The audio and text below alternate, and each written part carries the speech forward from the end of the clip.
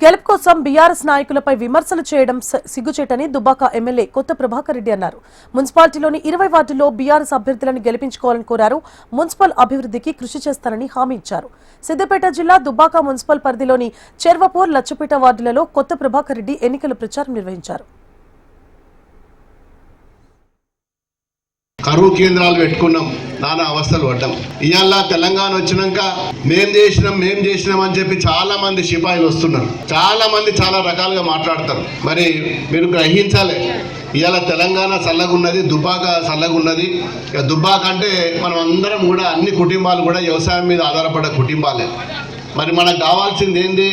ఇంత కరెంటు కావాలి, వాళ్ళకు ఇంత మనసంచులు కావాలి, మరి నీళ్లు కావాలి, కాలువలు కావాలి. అంత పెద్ద మల్లన్న సాగరు మరి ఎక్కువ దూరం లేదు. మరి తోట పక్కకే కట్టుకున్నాం. కాలువలన్నీ కూడా పూర్తి అయినాయి. మరి మనకు కూడా కాలువలు తెచ్చే బాధ్యత మేము తీసుకుంటున్నాం. మరి ఈ గ్రామానికి కూడా మరి పూర్తిగా ఇవాళ ఎక్కడ చూసినా పచ్చని పొలాలు కనబడుతున్నాయి. మరి ఇంత బ్రహ్మాండంగా మరి ఎవరి వల్ల అయిందో ఒక్కసారి ఆలోచించాలి. తిన్న రేవు తలవాలి. అన్నం పెట్టినోనికి సున్నం పెడితే మంచిది కాదు. ఇవాళ కాంగ్రెస్ వాడు వస్తాడు, 2.5 ఏళ్ళు అయిపోయింది.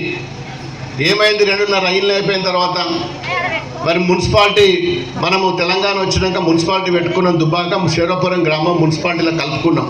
మరి గతంలో ఇన్ని కోట్ల రూపాయల నిధులు దగ్గర 300-400 కోట్లతోటి నిధులు కేటాయించుకున్నాం.